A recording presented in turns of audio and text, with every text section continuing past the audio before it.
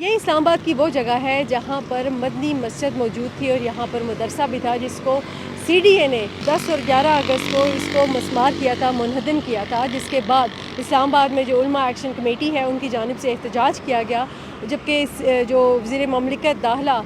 तलाल चौधरी ने कौमी असम्बली में इस हवाले से ये बयान दिया और ये कहा कि इस मस्जिद को जो मुनहदम किया गया है इसको उलमा एक्शन कमेटी के साथ मशावरत के बाद किया गया है और जनवरी से ये मशावरत जारी थी, जिसके बाद यहाँ पर जो मौजूद मदरसा है उसको मुतबादल जगह फ्राहम की गई और 4 करोड़ की लागत से वो इमारत बनाई गई, जहाँ पर जो 185 तालिब इल्म थे उनको मुंतकिल किया गया। मस्जिद को मुनहदम करने के बाद जो एहतजाज सामने आया, उसके बाद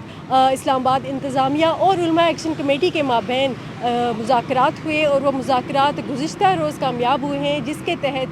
ये कहा गया है कि सीडीए इसी मुकाम पर, जो कि जिसका ये उन्होंने कहा था कि ये ग्रीन बेल्ट है और यहाँ पर मस्जिद का होना या मदरसे का होना गैर कानूनी है, लेकिन मुज़ाकरात में ये कहा गया कि इसी मुकाम पर 4 माह में सीडीए इस मस्जिद को दोबारा से तामीर करेगी। और इसके साथ ही साथ ये कहा गया कि इस्लामाबाद में आइंदा मसाजिद के मामले में इंतज़ामिया अगर कोई भी एक्शन लेगी तो वो उलमा एक्शन कमेटी से पहले मशावरत करेगी। और इसके अलावा ये भी कहा गया कि जो एक और नोटिफिकेशन सामने आया था जिसमें ये कहा गया था कि ग्रीन बेल्ट पर मौजूद 50 दीगर मसाजिद पर भी कार्रवाई की जाएगी, तो ये कहा गया कि वो जो नोटिफिकेशन था वो जाली था और इस हवाले से ऐसी कोई बात नहीं है। और इसके अलावा ये मेरे पीछे आप देख सकते हैं कि यहाँ पर